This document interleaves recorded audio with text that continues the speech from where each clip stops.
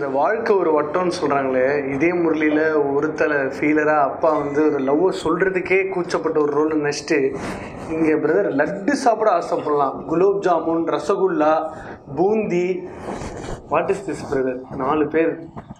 இல்லை, அந்த ஸ்கிரிப்டுக்கு அது தேவைப்பட்டுச்சுங்க. அதுக்காக தான் சார் வந்து ஒரு சாக்லேட் பாய் இல்லையா, நீங்கள் அதை விட்டீங்க. ப்ரோ சாக்லேட் ஓவர் எக்ஸ்போஸ் ஆகிடுச்சு. நம்மளால் வந்து அடுத்து இந்த வெள்ளை கலர் மில்கி பாரை வச்சுக்கலாம். ரொம்ப செலக்டிவ் ஆடியன்ஸ் தான் சாப்பிடுவாங்க. பட் இதுதான் நடுவில் உட்கார வச்சிங்களா. Thank you so much for your time brother. ஐயா வணக்கம்.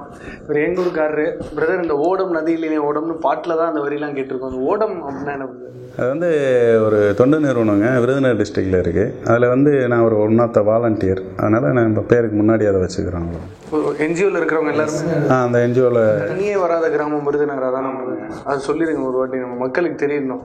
இல்லை, தண்ணி இல்லாத ஊர்னா தண்ணி பிரச்சனை. இந்த நான் ராமநாதபுரம் மாவட்டம் சார்ந்த ஏரியா. அது தண்ணி பிரச்சனை 20-30 வருஷமாக இருக்குது. வெறும் சீமக்கருவில் முள்ளு தான் இங்கே ஆக்கிரமிப்பு பண்ணியிருக்கு. வேறு என்ன தகவல் தேவைப்படுது உங்களுக்கு? பிரதர் இப்போது பொதுவாகவே தமிழ் சினிமாவில் வந்து ஒரு லவ் அப்படின்னா ஒரு பையன் ஒரு பொண்ணை வந்து அவளோட ப்ரைவசி இன்வைட் பண்ணி அவளை துரத்தி போய் லவ் பண்ண வைக்கிறான்ற மாதிரியான ஒரு கருத்து ஒன்று இருக்குது. ஸோ இப்போது ஒரு 4 பேர்னா அது ரொம்ப ட்ரிக்கியான ஒரு சுச்சுவேஷன். இவரோட கேரக்டரைசேஷன் படி is E smart so that பொண்ணுங்க அவரை சுற்றி வராங்களா, இல்லை ஒரு ட்ரிக் பண்ணி அவங்கள லவ் பண்ண வைக்கிறாரா? ரெண்டுமே இருக்கும். இதில் ரெண்டுமே இருக்கும். இவர் வந்து சில பொண்ணுகளை ட்ரை பண்ணி, அதாவது இவருக்கு கூட பார்த்தோன்னே லவ் வந்துடும். இவருக்கு சில பொண்ணுகளை பார்த்தோன்னே ட்ரை பண்ணுவார். சில பொண்ணுகளுக்கு இவரை பார்த்தோன்னே லவ் வந்துடும். இது ரெண்டுமே இந்த படத்துக்குள்ளே இருக்குது. It's quite simple. ஒருத்தனுக்கு வந்து லவ் பண்ண ரொம்ப பிடிக்கும், ஆனால் கல்யாணம் பண்ண பிடிக்கவே பிடிக்காது. இதுதான் ஜெமினி கணேஷ், இந்த படத்தில் இருக்கிற ஜெமினி கணேஷனோட கேரக்டர் இதுதான். ஸோ லவ் பண்ணுறது ரொம்ப பிடிக்கும். அண்ட் சூழ்நிலை அப்படி தான் அமையும். ஸோ இவன் ஒரு பொண்ணை லவ் பண்ணிட்டு இருப்பான், இன்னொரு பொண்ணு இவனை லவ் பண்ணிட்டு இருக்கோம். ஸோ அந்த மாதிரி it be an interesting entity. Bro பொதுவாக வந்து செலிபிரிட்டி கிட்ஸ்லாம் வந்து கொஞ்சம் ஸ்கூலில் சேட்டெல்லாம் பண்ணிலாம் கேள்விப்பட்டிருக்கேன். நீங்கள் அப்படியே அமைதியாக ஒரு டிரைவர் காலில் வந்து உங்களை இறக்கி விட்டு அங்கேயே வாசல்லே வெயிட் பண்ணிட்டு திரும்ப உங்களை பிக்கப் பண்ணிட்டு போயிடுவார். ஸ்கூலில் இவ்வளோ வெரி சாஃப்ட் அண்ட் டெண்டர். நிறைய பேருக்கு முரளி சார் பையன் கூட தெரியாதுன்ற மாதிரி ஒரு சூழலில் தான் வாழ்ந்துருக்கீங்க. இப்போ டக்குன்னு ஒரு ப்ளே பாயாக ஆன் ஸ்க்ரீனாக என்ன எதை ரிலேட் பண்ணி எங்கே ரெஃபரன்ஸ் பாயிண்ட் எடுப்பீங்க அதர் தேன் யூ ஒரு ஹேண்ட்ஸமான பையன்றதை தாண்டி? I don't remember even going to school in 11th and 12th. நான் ரொம்ப பங்க் அடிப்பேன். From my 11th and 12th I don't even remember even during my public exams நான் school போனது கிடையாது. So only அந்த exam டைமில் மட்டும் தான் போயிட்டு எழுதிட்டு வர மாதிரி. So this is not an inspiration or something that you'll get motivated to do a film like this. See, இவர் இளவரசு சார் வந்து ஒரு கதை சொல்லும்போது எனக்கு even in my wildest dreams I didn't think that he'll narrate a script like this. ஏன்னா இவருக்கும் இந்த ஸ்கிரிப்டுக்கும் சம்மந்தமே இல்லாமல் இருக்கும். ஏன்னா இவர் வந்து ஒரு ஸ்கிரிப்ட் சொல்கிறேன்னு சொல்லும்போது I thought சரி வேற என்னமோ சொல்ல போகிறாரு அப்படின்னு சொல்லி நினச்சேன். But when he came and narrated a script like this I was really ஒரு மாதிரி I was mind blown actually. சொல்ல போனால் first 10 minutes I was blown away by the script and I was 100% sure that I'm going to do the script. அதுக்கப்புறம் what ever game was the added bonus. எனக்கு இப்போ ஒரு பொதுவான கேள்வியாக வச்சுக்கலாம் brother. இப்போ ஒரு 4-5 பன்னிக்குட்டியை வாங்கி கொடுங்கடா, நான் மேய்ச்சி தந்துடுறேன், என்னால் இந்த மக்களை சிரிக்க வைக்க முடியலடான்ற மாதிரி ஒரு ஸ்டேட் ஆஃப் அந்த இடத்துக்கு டிரெக்டர்ஸ் தள்ளப்படுறாங்களோன்னு தோணுது. ஏன்னா இப்போ காமெடி தான் ஒரு பெரிய தட்டுப்பாடாகவும் இருக்குது தமிழ் சினிமாவில். ஸோ ஃபஸ்ட்டு என்ன சேலஞ்ச் இருந்தது to weave a story out of a plot line like this? ரெண்டாவது எப்படி காமெடி ஒர்க் ஆகிருக்கு இந்த படத்தில்? ரெண்டுக்குமே அட்ரஸ் பண்ணிங்க. இது வந்து ஒரு ரொமான்டிக் காமெடி ஃபிலிம் தான். அது ரொமான்டிக்ன்றது வந்து சார் மூலமாகவே நிறைய பண்ணியிருக்கோம். அவருக்கு அது புதுசாகவும் ஃபீல் பண்ணலை. நானும் சரி, ஆடியன்ஸும் சரி, நிறைய படங்களை ரொமான்ஸ் பண்ணியிருக்காரு. காமெடி அப்படின்னு ஒரு விஷயத்தில் தான் வந்து சார் புதுசாக நிறைய விஷயங்களை ட்ரை பண்ணார். செம்மையாக ஒர்க் அவுட் ஆகிருக்கு. இயற்கையாகவே இவருக்குள்ளே ஒரு பெரிய அதாவது ஒரு 100 நாகேஷ், 200 சுருளிராஜன், 1000 வடிவேல் இருக்காங்க. அவைகள் எல்லாமே வந்து ஸ்பாட்டில் நம்ம பேச தான் அவருக்குள்ளேருந்து வெளியில் வருது. அப்போ தான் நான் ரொம்ப சந்தோஷப்பட்டேன். என்னென்னா எப்பயும் சூரி சார் தான் பஞ்சு பிடிப்பார் இல்லையா படங்களில். இவர் பார்த்திங்கன்னா டப்பிங்கில் இவர் நிறைய பிடிச்சார். நானே எதிர்பார்க்கல. சூரி சாரை பற்றி சொல்ல வேணாம். அவர் வந்து இயற்கையாகவே ஒரு பயங்கர ஹியூமரான ஆள், காமெடியான ஒருத்தர். படத்துலேயும் அவரோட கேரக்டர் வந்து வெயிட்டாக நிற்கிது. எதிர்பார்த்ததை விட நல்லா வந்திருக்கு ரெண்டு பேரோட கெமிஸ்ட்ரியும். அந்த வார்த்தை பதிவு பண்ணியிருக்கேன். அது சூரி சார் வந்து எல்லாரு கூடயும் ஒர்க் அவுட் ஆகுதா அவரோட கெமிஸ்ட்ரி அப்படின்னா, இன்றைக்கி சமீபத்தில் நீங்கள் சொன்ன மாதிரி சில படங்கள்லாம் அவர் நல்லா பண்ணாலும் கூட கோ ஆர்டிஸ்ட் அவரை ஹீரோக்களோட சரியாக ஒர்க் அவுட் ஆகலை சில படங்கள். ஒருவேளை அதனால தான் நீங்கள் அதெல்லாம் சொல்லலாம். பட் காமெடி படங்கள்ன்ற வந்துட்டு தான் இருக்குது. எல்லா படங்களும் ரசிக்கும்படியாக தான் இருக்குது. ரொம்ப கம்மியாலாம் இல்லை. அதில் வந்து இந்த படம் வந்து அவங்கள விட பெட்டராக வந்திருக்கு. அதை நான் கட்டாயம் சொல்லித்தான் ஆகணும், சுயநலமாக சொல்லித்தான் ஆகணும். உங்களுக்கு எப்படி bro comedies another forte that அப்பாவுக்கு ஒரு பியூட்டிஃபுல் இன்னசென்ஸ் ஒன்று இருக்கும், அவர் சும்மா வந்து ஒரு கண்ணை உருட்டினாலே நமக்கு அந்த ஹியூமர் டிரான்ஸ்லேட் ஆகும். உங்களுக்கு எப்படி ஏன்னா very sharp features I think it is work for you dubbing பண்ணும்போது எப்படி இருந்தது? இல்லை ஃபர்ஸ்ட் இனிஷியலாக எனக்கு வந்துட்டு எனக்குள்ளே ஒரு கம்ப்ளைண்ட் இருந்தது, என்ன ஒரு காமெடி ஸ்கிரிப்ட் பண்ணவே மாட்டேன், எவ்ரி திங் இஸ் சீரியஸ் அப்படி. when I did பரதேசி, நான் பரதேசி பண்ணிட்டு வந்தோடனே எல்லா ஸ்கிரிப்ட்டுமே பரதேசி மாதிரியே வரும். ஸோ எண்டில் யாருன்னா ஒருத்தர் செத்துருவாங்க இல்லை எதனா இதே மாதிரி. And I wasn't really interested in doing ஸ்கிரிப்ட்ஸில். நிறைய ஸ்கிரிப்ட்ஸ் கேட்கும் போதே வந்து நான் நெக்ஸ்ட் வந்துட்டு I was sure that next ஒரு காமெடி படம் பண்ணுன்ற ஒரு மைண்ட் செட்டில் இருந்தேன்.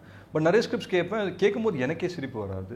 ஸோ நமக்கே சிரிப்பு வராத போது எப்படி ஆடியன்ஸை நம்ம என்டர்டெயின் பண்ண போகிறோன்ற கொஸ்டின் மார்க் எனக்கு இருந்துகிட்டே இருக்கும். அண்ட் காமெடியை பொறுத்த வரைக்கும் என்னை பொறுத்த வரைக்கும் I don't know about the others, என்னை பொறுத்த வரைக்கும் you have to be comfortable. Comedy பண்ணோன்னா it's not just a written script. இப்போ செட்டுக்கு போனால் everybody has to be happy. இப்போ ஒரு காமெடி ராம்காம் எடுக்கணும்னா எல்லாருமே ஹாப்பியாக இருக்கணும். So I think that way I was blessed with a good team and a very chilled out director. I didn't have to worry about anything. I just had to show up on sets every morning. போயிட்டு அங்கே போய் ஜாலியாக இருக்கணும். This was my only duty. ஜாலியாக போனால் அங்கே போனோடனே the creative juices will start flowing.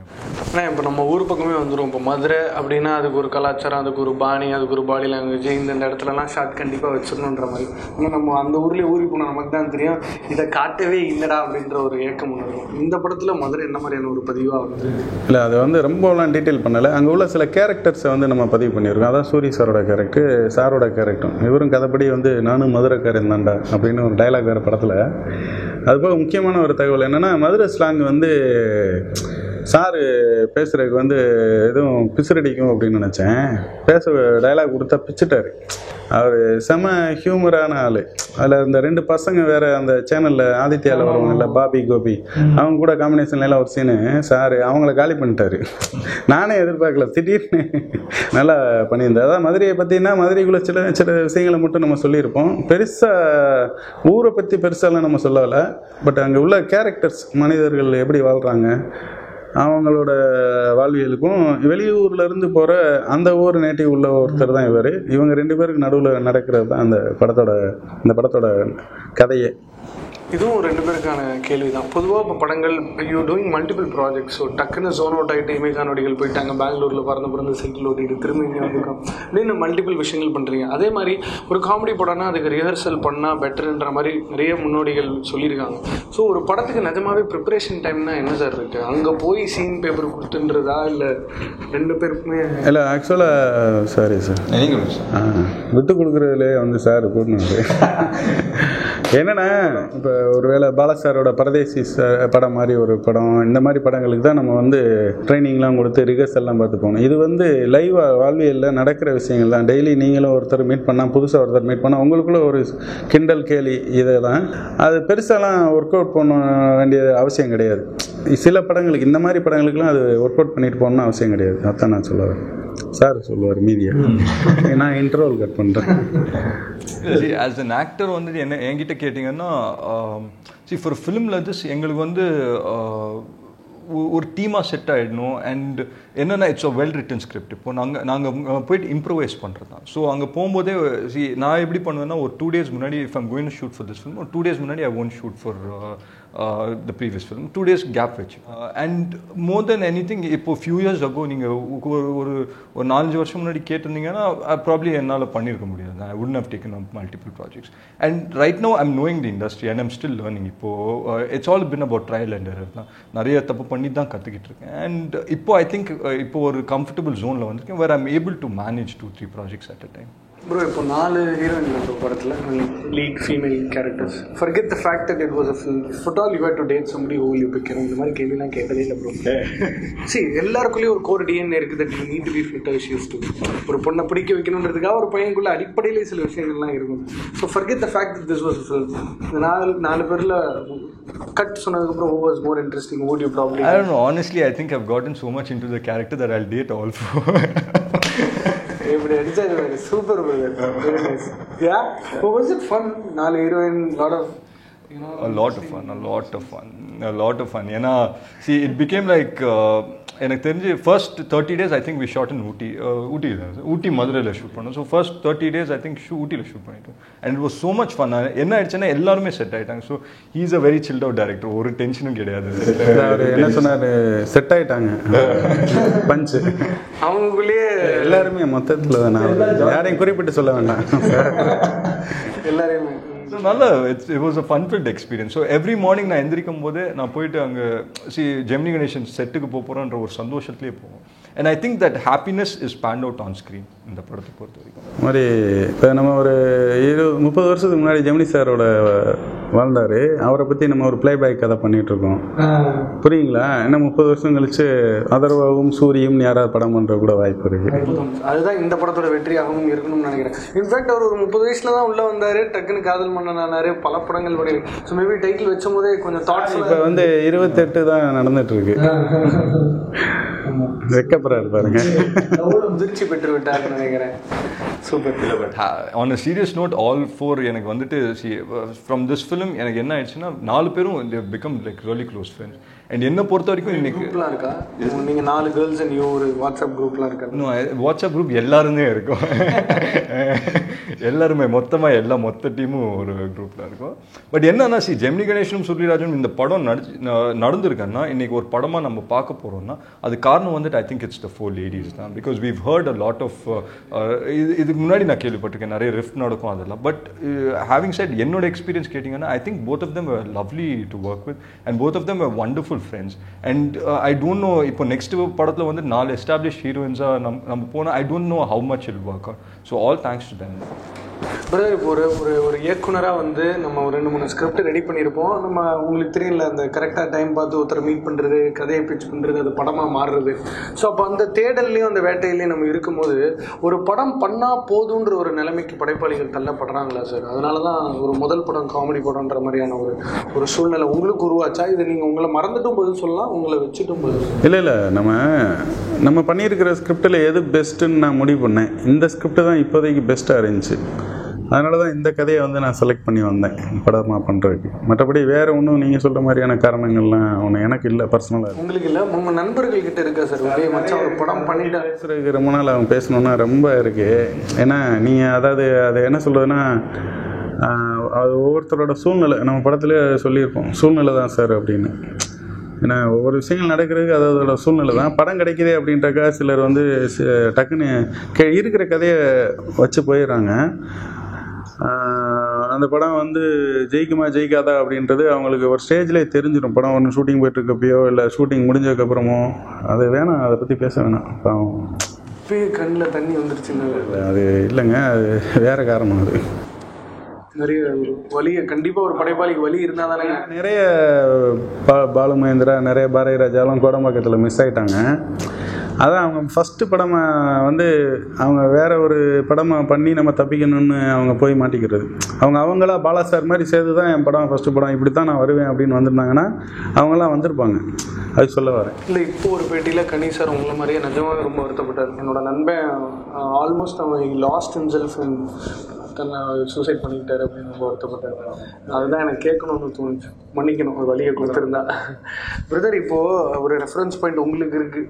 For example this comparison mode with அப்பா always. In fact he's done a range of films that இப்போ இருக்கிற ஜென்ரேஷனுக்கு அவங்க பார்த்துருக்காங்களா தெரியல. ரொம்ப ஒரு ஆங்க்ரி யங் மேனாகவும் இருந்திருக்காரு. சமுத்திரம் மாதிரியான படங்களில் ரொம்ப அது மாதிரி. ஸோ இப்போது what goes in to you every time after the director says action? Does அப்பா come in to your thought ஒரு completely zone out to new? அவ்வளோ உங்களை நீங்களே ஸ்டடி பண்ணியிருக்கீங்களா? இல்லை என் அப்பா இருக்கும்போது அவர் ஒரே ஒரு விஷயம் தான் சொல்லிட்டு இருந்தேன். ஸோ நான் வந்து ஃபஸ்ட்டு நான் இப்போ எனக்கு சினிமாவில் இன்ட்ரெஸ்ட் இருக்குது. When I got my initial offers வந்து அப்பா என்ன சொன்னார்னா, I am not the right person to talk to. நீ ஃபஸ்ட்டு போய் நாசர் சார் கிட்ட பேசு. Because he didn't talk to me. First வந்துட்டு என்ன நாசர் அங்கிள் கிட்ட தான் அமுச்சு விட்டாரு. இந்த மாதிரி நீ அவர்கிட்ட போய் பேசு, ask him whatever you have, நீ அவர்கிட்ட பேசு அப்படின்னு சொல்லி. My dad is not the person who tells me do this do that. அது இது வரைக்கும் சொன்னது கிடையாது. So and even when I wanted to do films and I started my first films நிறைய படம் பார்த்துட்டு என் படத்தை பார்க்கவே பார்க்காது அப்படின்னு சொல்லி சொன்னாங்க அப்போ. எந்த விஷயத்துக்கும் என்ன ஃபாலோ பண்ணிடாது, உனக்கு என்ன தோணுதோ நீ பண்ணு அப்படின்னு சொன்னேன். என்னோட film career and my graph is always been about trial and error. நான் சில டைம் நான் யோசிப்பேன், this is going to be pan out something great அப்படின்னா that will pan out to be nothing, that will be pan out to be then when I think that this is just going to be a normal film, that I don't know, somewhere set போய் நிக்கும்போது you will get so inspired by the characters you play. And for me கேமராக்கு முன்னாடி செட்டுக்கு போயிட்டு கேமராக்கு முன்னாடி நிக்கும்போது for me nothing else matters. வெளியில என்ன நடக்குது அதெல்லாம் I think அது கம்ப்ளீட்டாக you will forget. இனிஷியலாக அந்த inhibitions இருந்தது எனக்கு. first few films that I did, I had those inhibitions. எனக்கு பக்கத்தில் இருக்கிறவங்க அதெல்லாம் என் மைண்டில் இருக்கும். But right now I don't think I have any inhibitions where எனக்கு வந்துட்டு அங்கே போயிட்டு ஆக்ஷன் சொல்லும்போது இட்ஸ் ஒன்லி அபவுட் மீ, அந்த ஃப்ரேம் அந்த கேரக்டர், அவ்வளோதான்.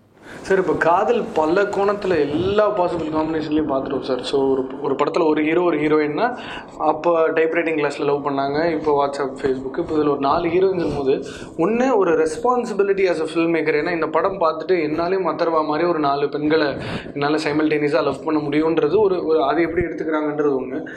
இன்னொரு பக்கம் எப்படி லவ்வை எக்ஸ்ப்ளாய்ட் பண்ண முடிஞ்சது உங்களால் இந்த படத்தை? காதலில் வேறு என்ன உங்களால் டெலிவர் பண்ண முடியுது?